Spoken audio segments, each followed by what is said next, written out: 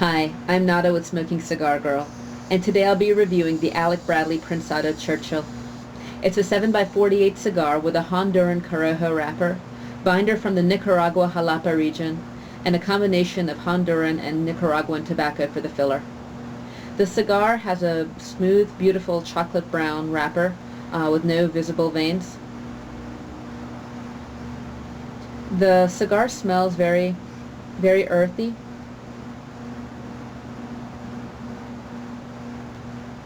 And the cold draw is very earthy with some notes of cocoa.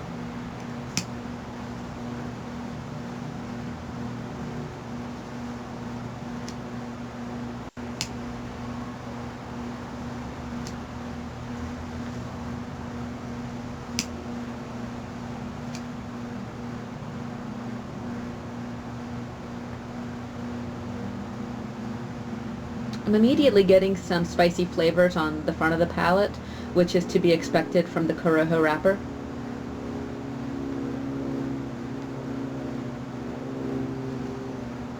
And there's some spicy, dry, woodsy flavors on the finish.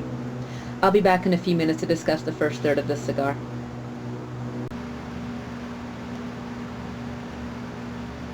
The first third of this cigar has some earthy flavors on the front of the palate that immediately blossoms into a very strong, flavorful, spicy finish.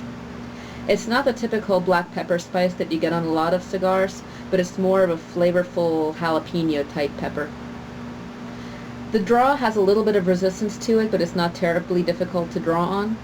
The burn started out a bit unevenly, but it's mostly evened itself out. The second third of this cigar has introduced some leathery notes on the front of the palate. There's still a lot of flavorful spices on the finish, but it's not quite as bold as it was in the first third of the cigar. I had to relight the cigar once during the second third because it went out on me, and I've noticed if I don't continue to puff on it frequently, it starts to go out again. There's also been some burn issues. The cigar started to burn unevenly during the second third, and even with some relights, it's still continuing to burn a little bit unevenly.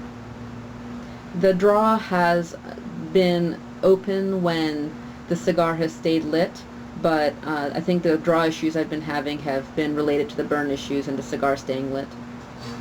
The final third of the cigar has continued to have some earthy and leathery notes on the front of the palate. The spiciness on the finish disappeared for a little while, but then came back, though it's nowhere near as strong as it was for the first two-thirds of the cigar. The burn issue has mostly evened itself out. I took a couple of more touch-ups at the beginning of the final third to get it to a good point, though.